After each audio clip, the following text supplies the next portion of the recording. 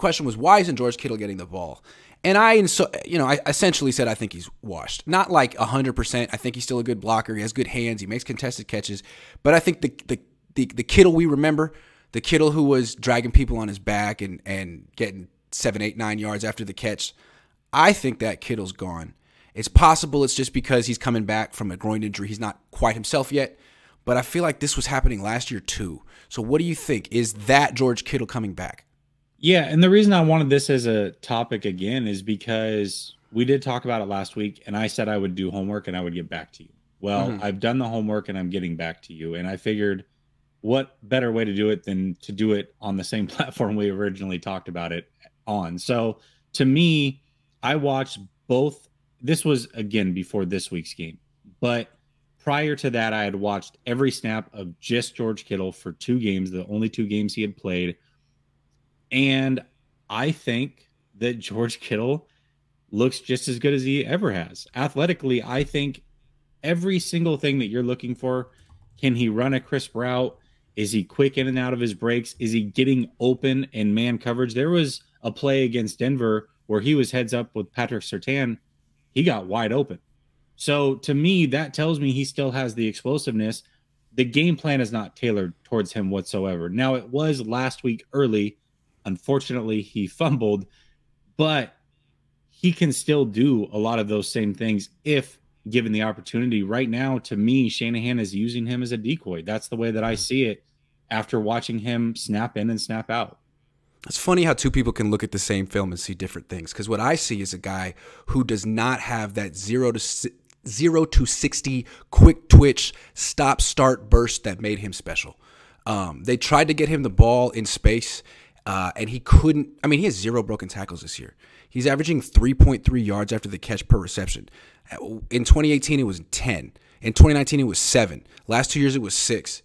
I just don't see him being the explosive athlete, especially after the catch, that he was in his prime. And again, maybe it's because he's coming off a groin injury, but they tried everything they could in this last game. And in the past, he'd be breaking tackles. In this game, he fumbled. I mean, he got swarmed. He couldn't separate from those people in the open field. And I think that's why after that, Kyle called 2 plays for him, and he had 1 catch and a false start. I think we're seeing why Kyle Shanahan isn't featuring him anymore. And I think Kyle Shanahan is right not to, because I think they have better options in their top 3 wide receivers. I think that they have better options. I think Debo is arguably the best option in the league if you get the ball in his hands. I think that's fair. Ayuk, I think that's still debatable. I think Ayuk is fantastic. We talked Ayuk up a lot last week. But for me, what I'm seeing with Kittle, the reason he's not able to do the things he was doing, everything is short and right over the middle. So every time he catches it, there's 2 guys right there ready to make a play. It's one thing to catch it in the open field and break a tackle and then get loose. It's another to catch it in the middle of the field with 2 guys bearing down on you and make those guys both miss. That's hard without having any time to get acceleration after making a short catch. So I don't know. We'll have to keep an eye on it. I personally think George Kittle is not washed. Maybe I feel you. Maybe I could be wrong. He could take, he's taking a step maybe he's back. just coming off an injury. But to your last point, where he's getting the ball. So his yards before catch per reception this year, 5.7. In 2018, 5.8. 2019, 5.3. I mean, this is sort of how they've used him. And a lot of times what they would do in the past was the first play of the game, the play action rollout where you have Kittle running the underneath route behind the line of scrimmage, behind the offensive line. You get him the ball in space. You can't guard him like that. And then it's like one-on-one, and he's going to break the first tackle.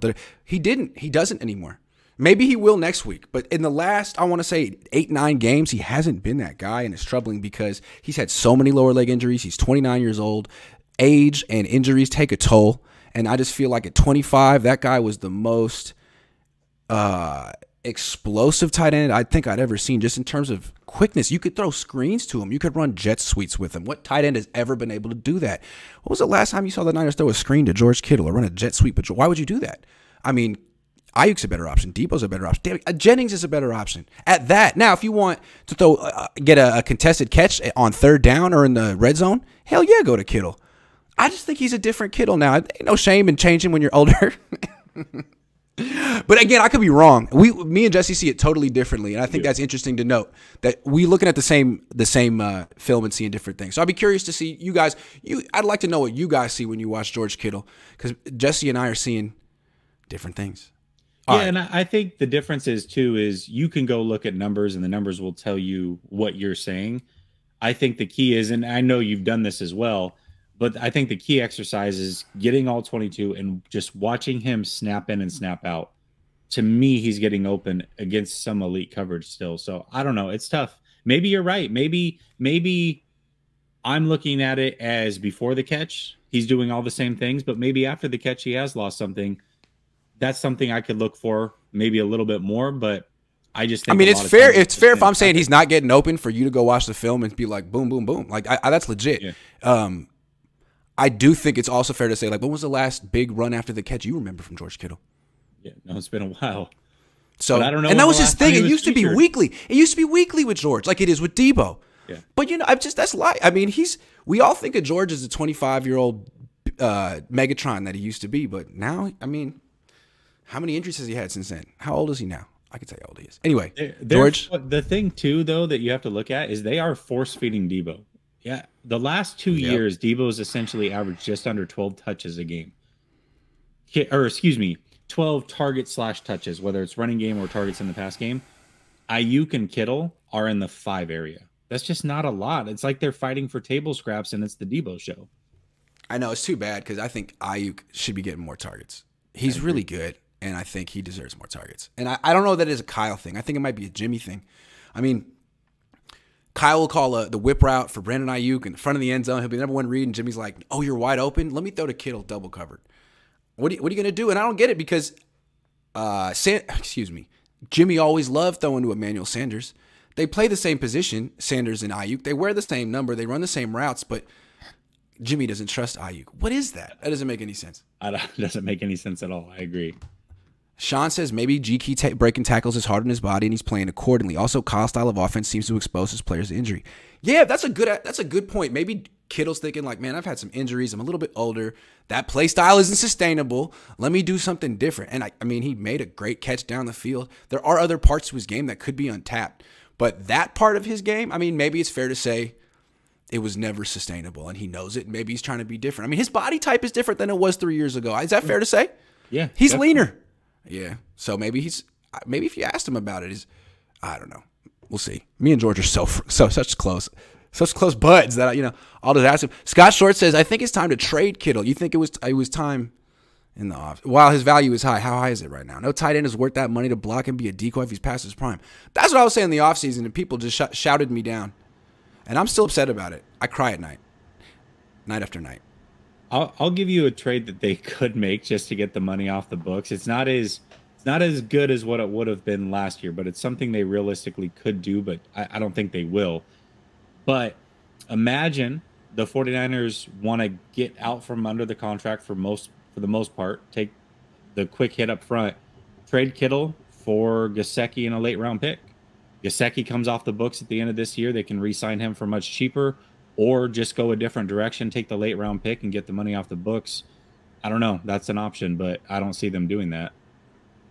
I don't see it either. All right, Dave Barclay says, what's up, guys? Just joined. Like I asked last week, if you give Jimmy 20 passes or even 30, who would be your desired targets? Let me see if I can work this out. Let me see what the target share is. We want to do 20 or 30?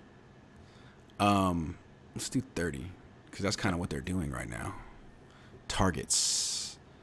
Okay, so right now it's like Debo's getting about 9 targets a game. Ayuk's getting about 5 targets a game. Jennings getting about 3 targets a game. And Kittle's getting about,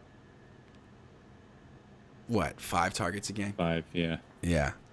So it should be, in my opinion, Ayuk should get the most. Ayuk should get like 7, 8 targets a game. Debo should get like 1 less because he gets carries too.